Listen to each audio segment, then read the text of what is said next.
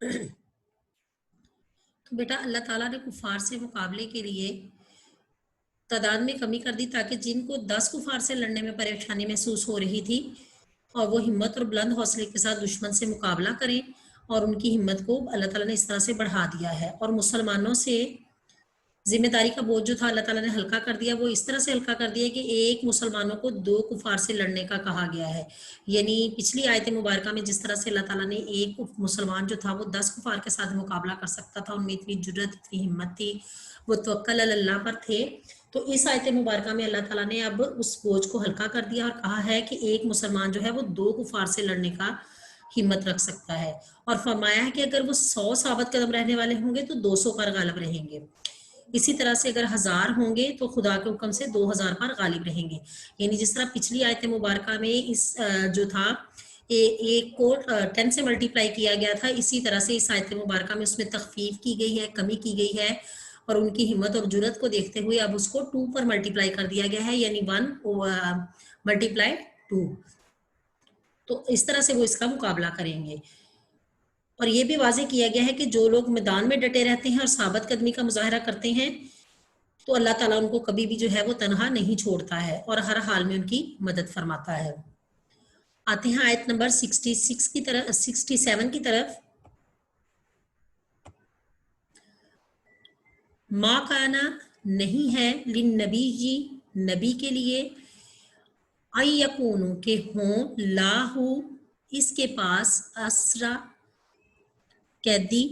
حتی یسخین جب تک کہ کثرت سے خون نہ بہا دے، فی الارض زمین میں، تریدونا تم لوگ چاہتے ہو، اردت دنیا کا مال، واللہ یرید الآخرہ اور اللہ آخرت چاہتا ہے، واللہ اور اللہ عزیز الحکیم غالب حکمت والا ہے۔ با محاورہ ترجمہ ہے،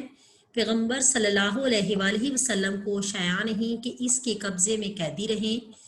جب تک کافروں کو قتل کر کے زمین میں کثرت سے خون نہ بہا دے۔ تم لوگ دنیا کے مال کے طالب ہو اور خدا آخرت کی بھلائی چاہتا ہے، اور خدا غالب حکمت والا ہے۔ اس آیت مبارکہ میں یہ بیان کیا جا رہا ہے کہ جنگ بدر میں کفار کو جب شکست ہوئی تو وہ میدان چھوڑ کر بھاگنے میں کامیاب ہو گئے، اور جو مسلمان صحابہ کرام تھے وہ بجائے ان کا کفار کا تعاقب کرنے کے اور ان کو قتل کرنے کے بجائے مال غنیمت کو جمع کرنا شروع ہو گئے تھے، اور کچھ کفار کو قیدی بنانے میں مشغول ہو گئے تھے۔ یعنی نہ تو ان کا پیچھا کیا اور نہ یہ سوچا کہ ان کو قتل کر دیں کہ یہ دشمن ہے اسلام کے، بلکہ انہوں نے مال غنیمت کو جمع کرنا شروع کر دیا تھا، اور جو بھاگنے والے تھے ان میں بڑے بڑے کفار تھے جو قتل ہونے سے بچ گئے تھے، اور اہل ایمان کے لیے وہ بہت عرصے تک جو بچ گئے تھے کفار، وہ اہل ایمان کے لیے بہت عرصے تک ان کے لیے تکلیف کا باعث بنے رہے کہ انہیں طرح طرح کی تکلیفیں دیتے تھے، طرح طرح کی اذیتیں پہنچاتے تھے۔ نبی کریم صلی اللہ علیہ وآلہ وسلم نے بھی کفار کو قید کرنے کا حکم دیا، اور نہ ہی دنیاوی مال کو آخرت پر ترجیح دی تھی۔ یعنی نبی کریم صلی اللہ علیہ وآلہ وسلم نے نہ ان کو یہ حکم دیا تھا کہ وہ مسلمانوں کو کفار کو قیدی بنا لے، اور نہ ہی یہ حکم دیا تھا کہ وہ مال غنیمت کو،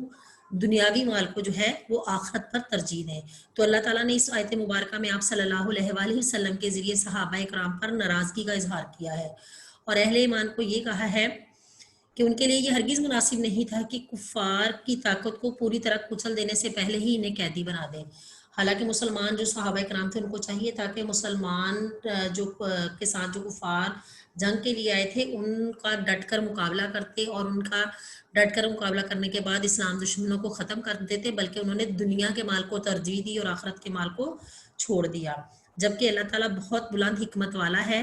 اور اللہ تعالیٰ نے ان کو دنیا کی مال کے بجائے ان کے لیے آخرت میں ایک اجر عظیم جو تھا اس کو پسند فرمایا تھا، کہ مسلمانوں کے لیے اللہ تعالیٰ نے اجر عظیم تیار کر رکھا تھا اگر وہ ڈٹ کر جو تھا وہ جنگ میں ثابت قدم رہتے اور اس کا ڈٹ کر مقابلہ کرتے۔ تو بیٹا آج ہم نے سورہ انفال رکوع نمبر 8 کی 3 آیات پڑھی ہیں، آیت نمبر 65، 66 اور 67۔ بیٹا اس میں آنے والے جو مشکل الفاظ ہیں آپ ان کو اچھے طریقے سے یاد کریں گے، کثیر الانتخابی سوالات جو ہیں ان کو، بلکہ بیٹا اگر آپ اس کا ترجمہ اچھے طریقے سے یاد کر لیتے ہیں تو آپ کو ان چیزوں کو یاد کرنے کی ضرورت نہیں پڑتی، بلکہ اگر آپ کے سامنے یہ آ جاتا ہے کوئی کسی ایم سی کیوز آ جاتے ہیں یا شارٹ کویسچن آ جاتا ہے تو آپ اس کو اچھے طریقے سے یاد کر سکتے ہیں۔ آپ نے اس کا ترجمہ اچھے طریقے سے یاد کرنا ہے. اوکے گڈ بائے, اللہ حافظ. اللہ تعالیٰ آپ سب کا حامی و ناصر ہو. آمین.